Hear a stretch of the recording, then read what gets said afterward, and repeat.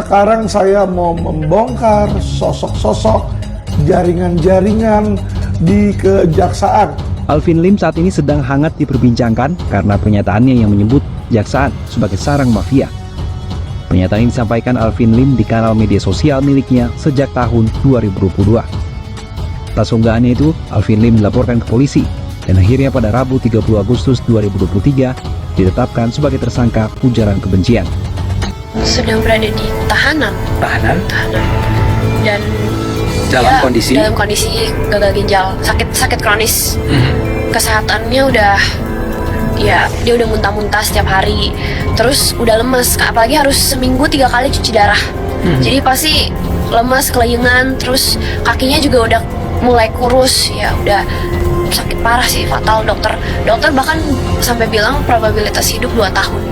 Oke, karena gagal ginjal ini. Iya, tapi ada juga penyakit lain, gagal jantung juga sebenarnya ada. Gagal Cuman ginjal. yang parahnya tuh gagal ginjalnya. Ada diabetes juga, hipertensi, paru-paru basah, tapi ya paling ini gagal ginjal. Ini maksud kami adalah untuk menegakkan kebenaran aja, keadilan, yang mana fakta-fakta yuridisnya yang telah kami sampaikan di somasi ini. Karena belum lama ini penyidik Mabes Polri berulang kali datang ke rumah sakit untuk memaksakan Alvin Lim untuk di BAP dalam laporan yang dilaporkan oleh jaksa perkara ITE, di mana laporannya ada 185 laporan di seluruh Indonesia yang dilaporkan oleh jaksa-jaksa. Jadi di sini Alvin Lim meskipun kondisinya sedang sakit dan terbaring di rumah sakit, tetap dipaksakan untuk diperiksakan. Ini saya ada gambarnya Alvin Lim ya.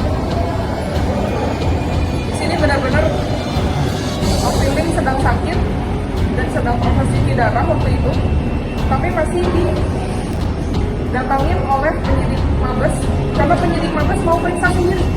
Saya tidak tahu apakah mungkin mereka tidak percaya kalau Alvin Lim betul-betul sakit. Sudah begini pun, sudah diperiksa, sudah ada selang terpasang, dia masih mau buka itu, benar nggak terpasang selangnya?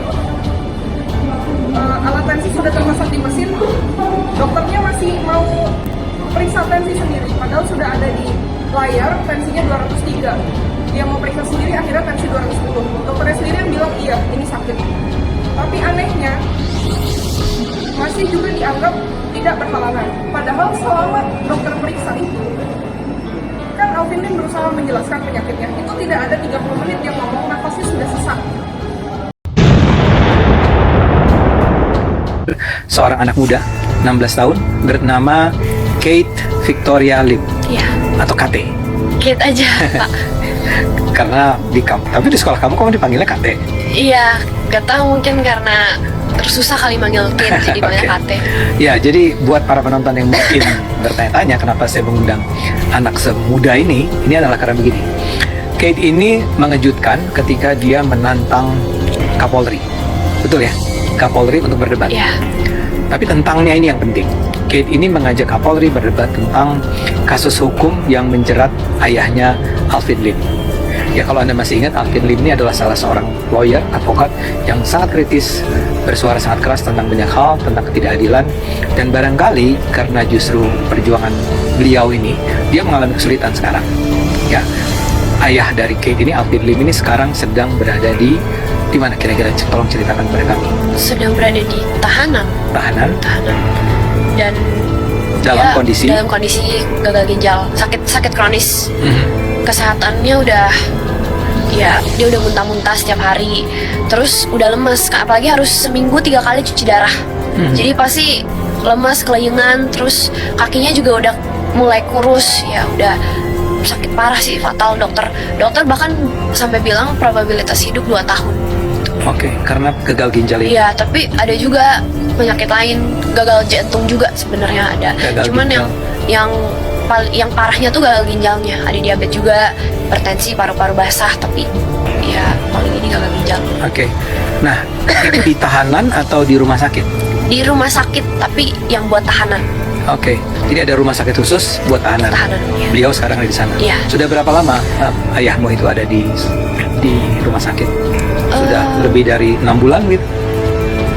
Kayaknya udah ya sekitar 6 bulanan lah di sana. Di sana ya, sudah 6 Iya. bulan. Halangan. Padahal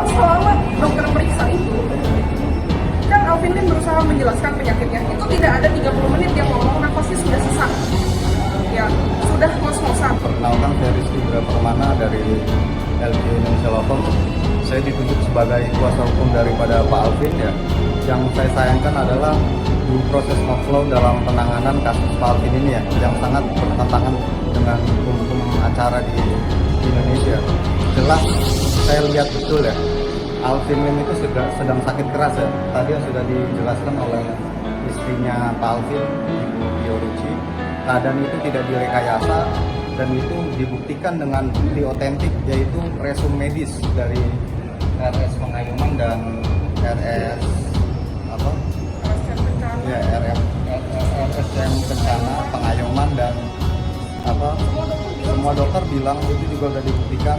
Waktu itu tepat saya berada di sana, kebetulan dari Barreskrim datang untuk memeriksa kondisi Alvin, ditemani oleh dokter dari rumah sakit RRC Kamto itu. Itu pun tidak meminta izin kepada perawat penjaga pada saat itu. Pada saat dilakukan pengambilan darah, Pak Alvin itu klien saya sudah menjalani lebih dari 1,5 jam cuci darah. Jadi sebenarnya hasil daripada laboratorium daripada darah Pak Alvin itu sebenarnya sudah nggak akurat. Karena apa? Karena sudah dia melakukan transfusi. Alvin Lim, advokat yang sangat vokal meneliti aparat penegak hukum itu, berdalih ucapannya tersebut didasarkan atas bukti-bukti yang ia miliki dari kliennya. Namun terlepas dari benar dan tidaknya pernyataan itu, sejumlah kasus hukum memang tercatat pernah menimpa jaksa dalam kurun beberapa tahun terakhir. Salah satu kasus yang heboh ialah bekas jaksa Pinangki Sirna Malasari yang terbukti menerima suap $500.000 atau sekitar 7 miliar rupiah dari terpidana kasus korupsi pengalihan hak tagih Bank Bali Joko Sugiarto Chandra alias Joko Chandra. Suap tersebut diberikan kepada Pinangki untuk mengurus fatwa Mahkamah Agung yang rencananya akan digunakan Joko Chandra untuk dapat kembali ke Indonesia tanpa perlu menjalani vonis 2 tahun penjara kasus Bank Bali. Pinangki juga terbukti melakukan pencucian uang dari Joko Chandra dan melakukan pemufakatan jahat dengan menjanjikan uang $10 juta pada pejabat di Kejaksaan Agung dan Mahkamah Agung jika fatwa itu terbitkan. Pada Senin 8 Februari 2021, Pengadilan Tindak Pidana Korupsi Jakarta menjatuhkan vonis 10 tahun dan denda $600 juta. Namun di tingkat banding, vonis tersebut dikurangi oleh Pengadilan Tinggi DKI Jakarta menjadi 4 tahun penjara. Namun setelah menjalani masa kurungan 1 tahun 1 bulan, Pinangki akhirnya kembali menghirup udara bebas usai dinyatakan bebas bersyarat pada 6 September 2022. Kasus suap yang melibatkan jaksa juga terjadi di tahun 2020. Kedua jaksa itu adalah Eka Safitra, jaksa di Kejaksaan Negeri Yogyakarta, dan Satriawan Sulaksono, jaksa di Kejari Surakarta. Keduanya didakwa menerima suap senilai $221 juta terkait proyek rehabilitasi saluran air hujan. Suap tersebut untuk memuluskan proses lelang proyek tersebut. Atas perbuatannya, Eka divonis 4 tahun penjara dan denda $100 juta. Sementara Satriawan divonis 1,5 tahun penjara dan denda $50 juta.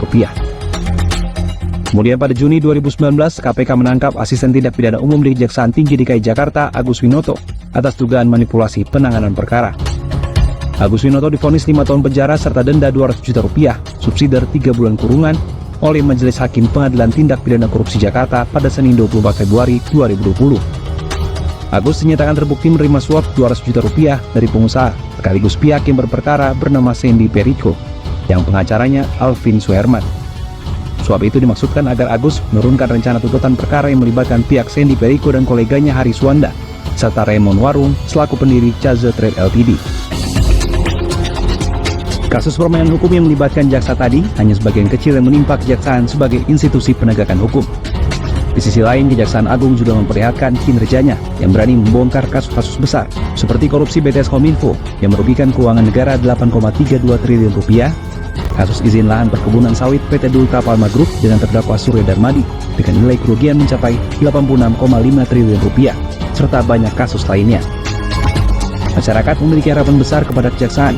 Sebagai aparatur penegak hukum, masyarakat menanti keadilan dan memastikan penegakan hukum di Indonesia tidak lagi bisa diperjualbelikan.